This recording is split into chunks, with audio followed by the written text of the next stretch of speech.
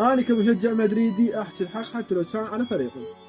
ركلة الجزاء بنفيكا على نادي ريال مدريد غير صحيحة اطلاقا. اولا الف مبروك جمهور بنفيكا، كان نادي بنفيكا ادى مباراة افضل من الريال بنسبة 75%.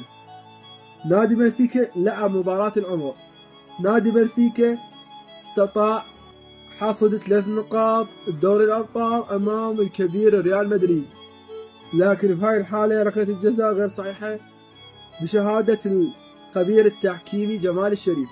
هسه نجي لهدف كيليان مبابي، يعتبر هدف غير صحيح. قانون كرة القدم يقول ممنوع أي لاعب يخطف الكرة من حارس المرمى أثناء تسديده لأي ركلة. أي ركلة يريد يسددها اللاعب حارس المرمى يعتبر هدف غير صحيح. قانون كرة القدم جاي يسولف فيها كان. بس أنا شايف هدف نيمار مع برشلونة خطف الكرة من الحارس وراح سجل هدف، بس ما أعرف الفارق شنو بين ريال مدريد وبين برشلونة، الفارق شنو ما أعرف.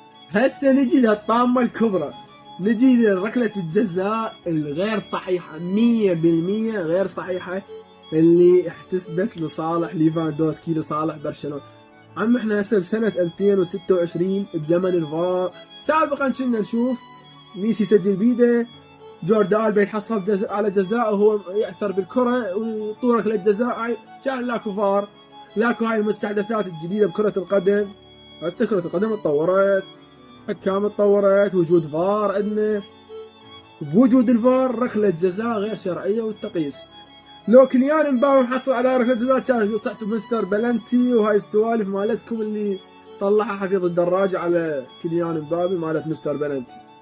ب 2026 ركلة جزاء غير صحيحة، لا اللاعب ما لمسه، لمس ما لمسه. تخيل ركلة جزاء انحسبت ليفاندوسكي. خلونا متابعة وكتبوا لنا بالتعليقات جزاء ولا لا.